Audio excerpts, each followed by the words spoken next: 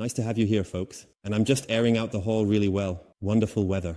It's going to be very, very pleasant again in the next few days. And that's why I want to do a little spray sealant comparison for you. And over there are actually the 3 candidates. There would actually be 4. But primarily we want to take another look at one product in comparison to the others. Namely, the Defender from P&S. Let's take a look at this together now. I have it prepared here, and it looks like this. I believe it costs around 23 euros for 500 milliliters.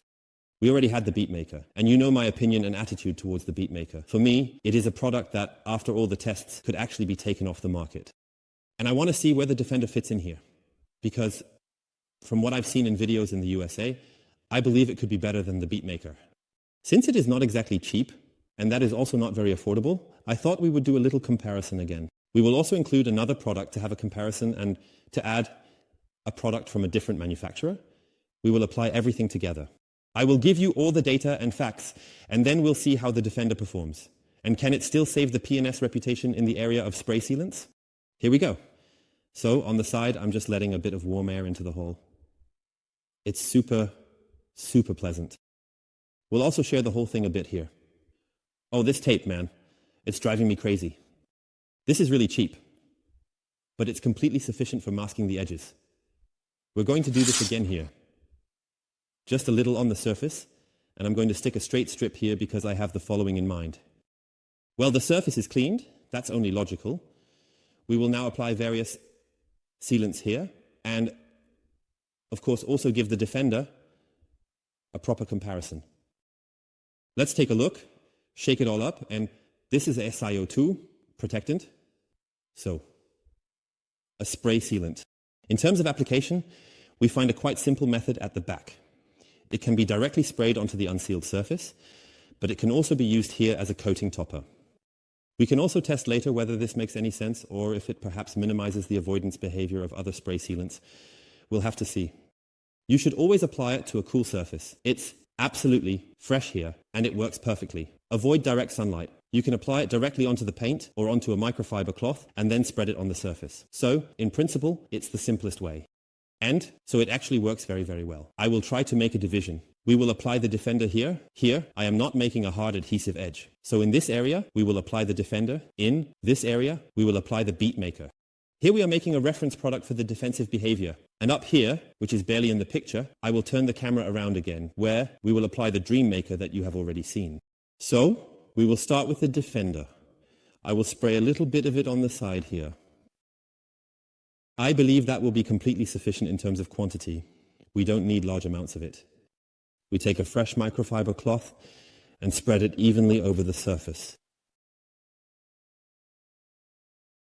And in terms of application, it feels absolutely fine. So, it feels similar to the Beatmaker when applying. There is no difference here. You can feel it through the cloth. And then, you should just let it air out for a short moment. And then a fresh cloth side. Then you go over this. The paint smoother is definitely included. You can feel it here on the cloth. It glides very well. So, and with that, we have completely processed it. Easy as pie. From that perspective, everything is absolutely clear. Now, let's take the next product, which is the Beatmaker, because I want to experience the difference together with you a bit. Spray. Now I'm going to spray something onto the cloth because I don't want to mist it here. We don't want to mix anything together. I'll spray a little onto the cloth. We have a slightly larger applicator now, and then we will go over it again. We try to go along the edge here, but it may be that it mixes a bit at the end. However, we are not going to compare every millimeter with each other, but rather just distribute it nicely over the large main areas. Up to here. The Beatmaker is somewhat, how should I put it, a bit stickier during application. Also, let it flash off briefly here. So, and then we also go over this. And also in terms of paint clarity here. After the application, you can notice I have already mentioned this in all the other tests. So, paint clarity at the beginning is fine here. Only the beading behavior should actually be called Smoothmaker. Then it would fit better. But Beatmaker has never fit so far. We'll just see how it develops here. So, this is actually the simple part. Now we're going over here. And now the competitor, 4, is coming first. The beading behavior, and I take one of my favorite products, and now guess quickly which one I'm taking, and then you've guessed it. I apply synthetic spray wax here, a little bit, lightly on the surface. I just have to be careful not to apply everything on top of each other now. So, nice along the edge here, along the edge up to the tape. Spread it nicely. It's super easy to do. You can also use an applicator if you like. Make sure to go along the edge so we can see a clear line, then move to the other product at the top. Let it ventilate for a moment. In the meantime, just flip the cloth, let it ventilate, and then just go over it with the cloth. Paint clarity is not so great at the beginning with the synthetic spray wax. Strong, rather in a completely neutral area, so it is neither dull nor super smooth. You can definitely notice that these two are here in front. For those who need it, I don't want to talk you out of it or anything. If someone says they want paint clarity, you can check it out. But we have already established that, in principle, paint clarity doesn't really provide any benefits for real-world use. And after 24 hours or after a rain, it is gone, and I always make that very clear. And above. 4th cloth, I still have a white one left. Let's use the Dream Maker. I should mention that the Dream Maker is not a beading product, but I want to include it because it belongs a bit to the P&S family. So, 3 sprays in here as well, and then we'll go ahead and apply it here. And that's why I actually wanted to include it, so that we can see the difference, but we won't evaluate it now in terms of beading behavior. It will definitely not perform well in that regard, and we won't hold that against it negatively. Now, let's polish the detailer a bit more here. Alright. So, in terms of paint clarity, I believe all the same ingredients are present here. Regarding that, in terms of paint clarity, the 3 are completely the same. So, we also process the valleys. Then we can actually take the tape off, and now we let it cure a bit. And then we also take another look at the defender, because there we can see the properties on the back as well. The tape creates an incredible shine, paint clarity, and a stable protective layer, so to speak. Let's just take a look. Paint clarity is definitely here, but wait. So here I can't really notice any difference. And we can look at the gloss, at the spill box, but also here, I don't know if you see any difference in gloss between the 3 surfaces. Unfortunately, we can measure that point again sometime, but I believe there is visually no difference to be seen here at all. Therefore, we will let it cure in peace now. I think we will end up around 12 to 15 hours. It might take a little longer to cure, depending on when I come to the self-service car wash tomorrow to turn it. So, the 4 are now getting their curing time here, and we will see each other shortly at the self-service car wash. And the bridge could now cure significantly longer, meaning over 24 hours. Today is a new day, and while the sun is out, it is still relatively cool. Let's take a look at how Inspiration, Defender, Beatmaker, and of course, the Dream perform here. Just a little comparison with that. And synthetic spray wax. And I believe you can already see that there is definitely no visual difference at all regarding which product is on the surface. Or do you see any gloss or look differences here? I can't see anything. Let's take a closer look. Can you take a look at where you see the Dream Maker compared to the synthetic spray wax? I can come around a bit more. Do you see anything there? A difference? No, I don't see it. With the spray bottle, let's take a look at the Defender. And I have to say, Defender. And Beatmaker, oh god, here you can see, yes, here you can see a German difference. So, Beatmaker is, in contrast to the Defender, actually an absolute disaster because the Defender definitely looks better. Yes, there is a huge difference. The Defender completely soaks the Beatmaker. You could actually take it off the market. I don't understand at all why this product is on the market. I haven't seen any advantage of this product whatsoever. If I had to choose between the two, I would definitely invest my money in this one.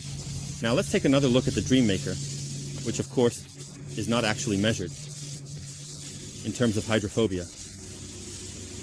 So clearly this is another level below the beat maker. Now let's take a look at how this all works on the SSW side. Oh, it's already gone. Let's take a look here, and it will be on the SSW side shortly. Bam. Nothing. And if I spray here now, yes. That's a completely different world. I have to say, I don't think the Defender is bad at all. But this here is just in a completely different league. You can see it here. Look at the size of the droplets. Now let's go over here. I believe you can recognize the differences. You can also see it here on the runoff paths. Just look here. We will also see it very clearly with the high pressure cleaner shortly. Look here, let it grow. Defender. And here with the SSW. So it's a completely different world again. So now here with the bottle, the ranking is clearly synthetic spray bags. Then I'll just call it Defender. Then definitely behind that is Beat Maker. And then here below is Dream Maker, although that is a detailer. This is just a little comparison for you, but we won't evaluate that negatively because it is not supposed to have strong hydrophobic performance. So this is what my paint looks like when it is clean and well maintained. This is how the paint should bead when you spray it with a water bottle. And so it beads off when you have a good seal on it. Take a look. And this is not how a spray sealing should look. I'm sorry, but it's absolute junk. It's just plain garbage. In my personal opinion, the Beat Maker is absolute trash. I find the Defender here. If there were only PNs, which are portable nebulizers, on the market, I would definitely get one without hesitation. However, you can clearly see the elongated droplets here. They are quite distinct and noticeable.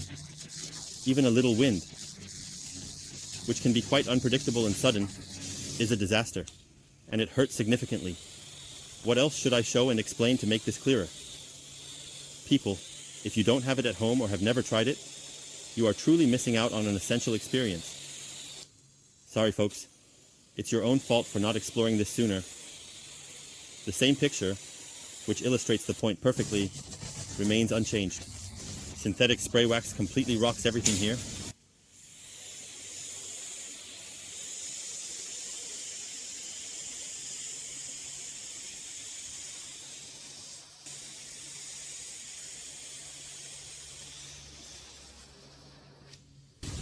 But I think the Defender performs quite well. You can see it here with the slight streaks. It can't compete with the synthetic spray wax, but it's definitely a whole different world compared to what's in the middle.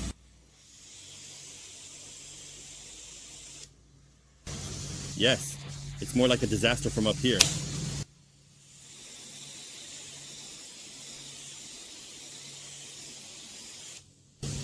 And that is another level behind.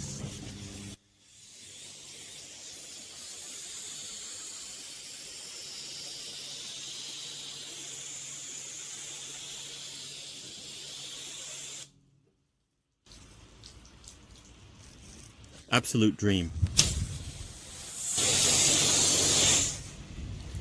Here we have the comparison again. Everything has been sprayed over once more. With the SSW, the droplets run down really nicely. You can see that here, there are also many clear paths.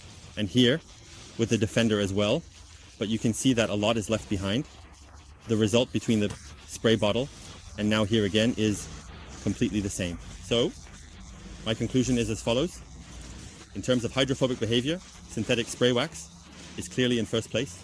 Afterward, it definitely makes sense compared to the other two, especially the Inspiration Defender.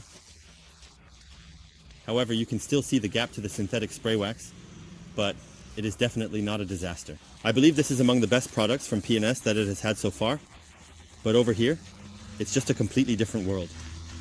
And the detailer, we are not including it in the comparison here, as that would be unfair. So, in conclusion, the Beat Maker, for me, can be discontinued. Then keep this here, because there is also no noticeable difference between the two, both in terms of processing and the finish. So, you can adjust that and only produce that. However, if 23,500 euros is a bit too expensive for you, which is a reasonable assumption, you should really take a look at the Intelix Rayvax or comparable products. I'll link a few things for you below, but I think it's nice to see with the pressure washer lance and bottle that we definitely have noticeable differences here. So, now you have seen the first condition. We have seen it once with a bottle, once with a spray bottle, and once with a high pressure cleaner. Now it begins. The whole thing is going into a long-term test. We will also put it to the test with a wash later, but not right on the first day. It should first be ridden a bit through the wild here. That means the products are now going into long-term testing for you. We will take a look at how long the Inspiration E Defender lasts and how long the Beatmaker can withstand what it has shown today. We'll just take the detailer with us for now, and yes, synthetic spray wax. What can I say about that? So, get a first impression. Thank you very much for watching. Go for it. Don't forget to subscribe up top and feel free to ask questions anytime. It was always through the area, so what a shame.